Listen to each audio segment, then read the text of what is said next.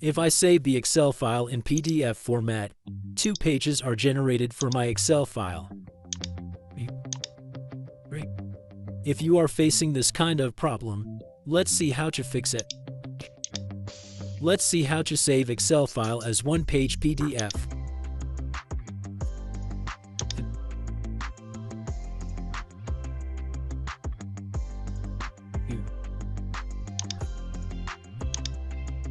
You need to select the scale in the PDF.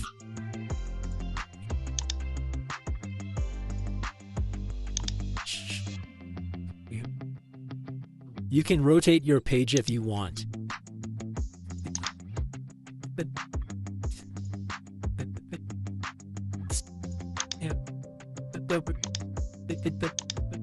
Now enter your PDF name, then click Save.